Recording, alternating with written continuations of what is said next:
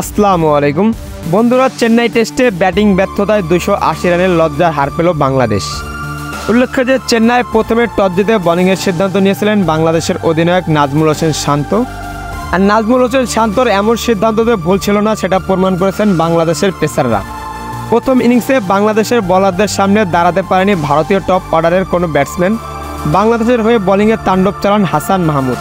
হাসান মাহমুদের শিকার হয়ে একে একে প্যাভিলিয়নে ফিরে যান রোহিত শর্মা, শুভমান গিল, বিরাট কোহলির মতো তারকা ক্রিকেটার। তাই তো টপ অর্ডারদের ব্যাটসম্যানদের হারিয়ে ব্যাটিং বিপর্যয়ে পড়ে ভারত। তবে খাদের কিনার থেকে ভারতকে টেনে তুলেন রবিচন্দ্র অশ্বিন ও রবিচন্দ্র জাদেজা। এই দুই ক্রিকেটার যেন ক্রিজে আসেন বাংলাদেশ বোলারদের জমদূত হয়ে। রবিচন্দ্র অশ্বিন ও রবিচন্দ্র জাদেজা 191 রানের জুটিতে শেষ পর্যন্ত 376 রানে থেমে যায় ভারতের ইনিংস। তবে 376 রানের লক্ষ্যে ব্যাট করতে নামে চরম ব্যাটিং ব্যর্থতা দেখান টাইগার ব্যাটাররা। ভারতীয় বোলারদের সামনে দাঁড়াতে পারেনি বাংলাদেশের কোনো ব্যাটসম্যান। শেষ পর্যন্ত মাত্র 149 রানে থেমে যায় টাইগারদের ইনিংস। আর বাংলাদেশের এমন ব্যাটিং ব্যর্থতার পরেই চেন্নাই টেস্ট থেকে ছিটকে যায় বাংলাদেশ দল। এরপর আবার যখন দ্বিতীয় ইনিংসে ব্যাটিং করতে নামে ভারতের হয়ে দুর্দান্ত ব্যাটিং করেন শুভমান গিল ও ঋষভ পান্ট। এই দুজনই তুলনায় জোড়া সেঞ্চুরি। আর এই দুজনের ব্যাটিংয়ে ভর করে 4 উইকেটে 227 রান করে ইনিংস ঘোষণা করেন ভারতের অধিনায়ক রোহিত শর্মা।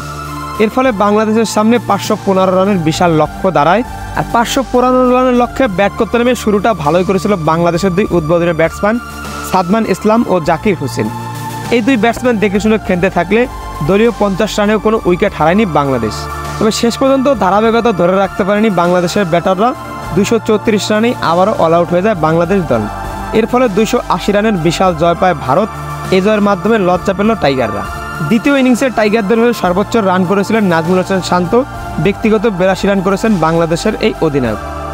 আর বাংলাদেশ ভারত প্রথম টেস্ট ম্যাচের সবচেয়ে সফল বোলিং করেছেন বাংলাদেশের তরুণ পেসার হাসান মাহমুদ।